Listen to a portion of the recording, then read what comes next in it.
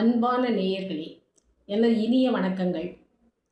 இன்னைக்கு இந்த வீடியோவில் வாழ்க்கையில் தினந்தோறும் நடக்கக்கூடிய ஒரு செயலை, அது எல்லாருடைய மனித இயல்பில் இருக்கக்கூடியது தான், எல்லாருக்கும் இருக்கக்கூடியது தான்.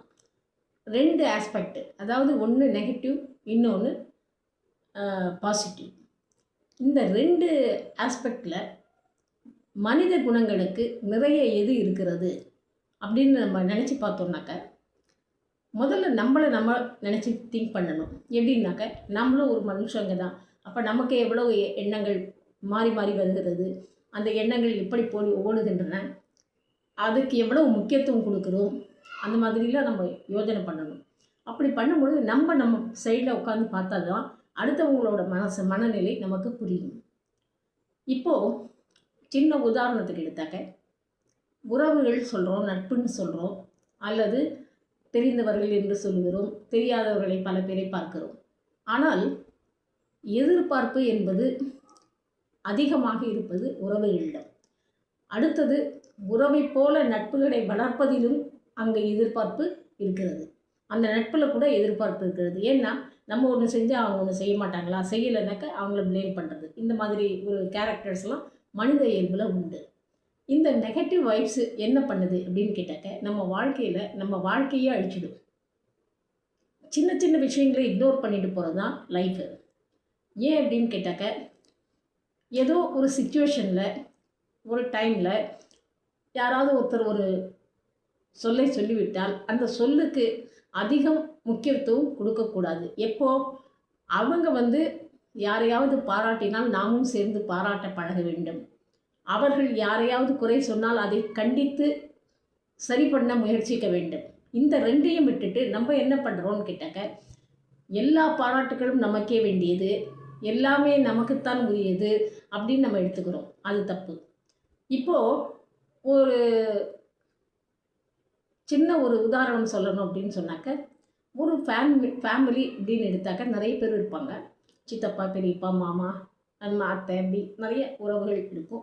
முதல்ல கூட்டு குடும்பமாக இருந்தது, இப்போ தனி குடும்பமாக இருந்தாலும் கூட அவர்களை பற்றி பேசுவதற்கு ஓய்வதில்லை. யாரையுமே நினைக்காமல் இருக்கிறது இல்லை, யாரும் யாரை பற்றியும் குறை சொல்லாமல் இருக்கிறது இல்லை. நிறை சொல்லுகிறார்களோ இல்லையோ, குறை சொல்வதை வாடிக்கையாக வைத்து கொண்டிருக்கிறார்கள். அதாவது காலையில் எழுந்திருச்சாக்க 6 மணி ஆனாலும் சரி, 5 மணி ஆனாலும் சரி, இறைவனுடைய நாமத்தை விட்டு நம்ம எதுக்கு காலம்பரை எழுந்திருச்சு நம்ம நல்ல பாசிட்டிவ் வைப்ரேஷன், வீட்டை நல்லா சுத்தம் பண்ணி, வீட்டில் நல்ல இது பண்ணி நம்ம மனசு சுத்தப்படுத்திட்டு இறைவனை வழிபடணும். அப்படி பண்ணினாக்க வாழ்நாள் பூரா அன்னைக்கு அந்த நாள் ஃபுல்லாக நமக்கு நிம்மதியான ஒரு மனநிலையை கொடுக்கும். அதை விட்டுட்டு காலையில் எழுந்திரிச்சு அடுத்தவங்களை பற்றி பொருளை பேசுவது, அடுத்தவர்கள் இப்படி செய்தார்கள் அப்படி செய்தார்கள் என்று சொல்வது, அல்லது இரவில் தூங்குவதற்கு முன்பு பாகவதமே கிருஷ்ணன் என்ன கூறுகிறார் பாகவதத்தில்னா, எப்பவும் என்ன நினச்சிக்க, அந்திம காலம்னு நீ யோஜனை பண்ணாது, கடைசி காலத்தில் தான் என்ன நினைக்கணும்னு யோஜனை பண்ணாது, உனக்கு கடைசி காலம் எதுன்னே தெரியாது, எல்லாமே என் கைக்குள் அடக்கம். அப்போது நீ நினச்சிட்டே இரு, அப்போது நல்ல நினைவோடு நீ படுத்தாக்க உனக்கு நல்லதே நடக்கும் அப்படின்னு சொல்கிறது கிருஷ்ண பரமாத்மா.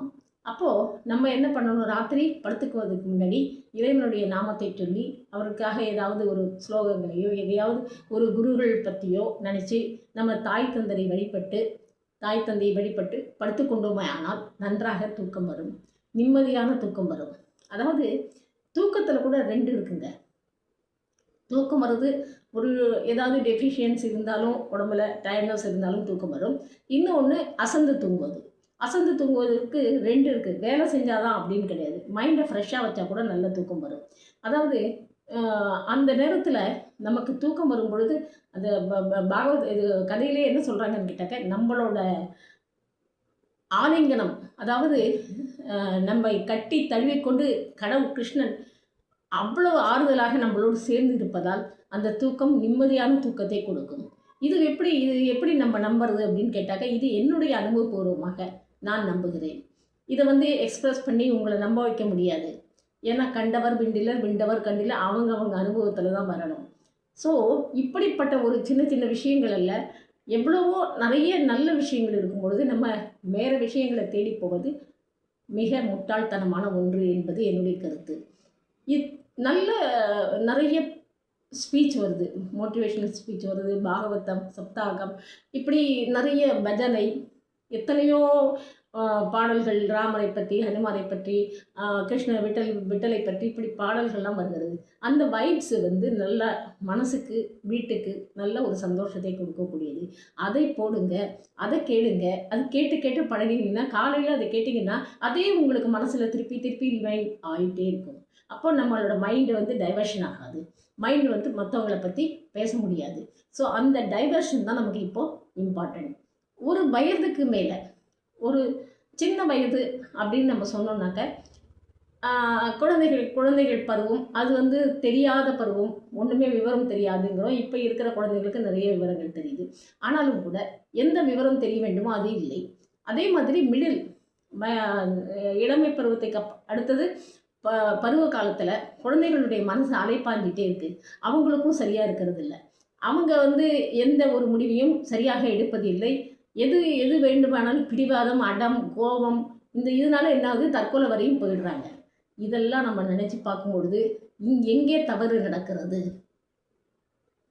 ஒரு குடும்பத்தில் எங்கே தவறு நடக்கிறது என்பதை நாம் யோசனை பண்ணணும். அந்த தவறை சரி பண்ணுறதுக்கு முயற்சிக்கணும். விதி என்று நம்ம விட்டுவிடக்கூடாது. விதியை மதியால் வெல்லலாம் அப்படின்னு சொன்னாக்க, பூரா மதியால் வெல்ல முடியுமா அப்படின்னு கேட்டாக்கா அது என்கிட்ட ஆன்சர் இல்லை.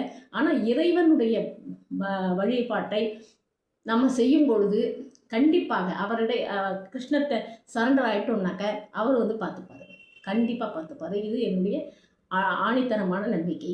இந்த நம்பிக்கையை என்கிட்ட நிறைய கிளைண்ட்ஸ் வராங்க. அவங்களாம் நான் என்ன சொன்னாலும் கேட்குறாங்க, செய்கிறாங்க அப்படின்னு சொன்னாக்க, நான் வந்து 200% ராகவேந்திர சுவாமியையும், குருவிலையும் அண்டு கிருஷ்ணரையும் நம்புகிறேன். நீங்கள் வந்து என்கிட்ட ஒரு 100% கான்ஃபிடென்ஸ் வச்சு நான் சொல்கிறத நீங்கள் பண்ணி பாருங்கள், ப்ராக்டிஸ் பண்ணி பாருங்கள். உங்களுக்கும் நல்லதே நடக்கும். நன்றி, வணக்கம்.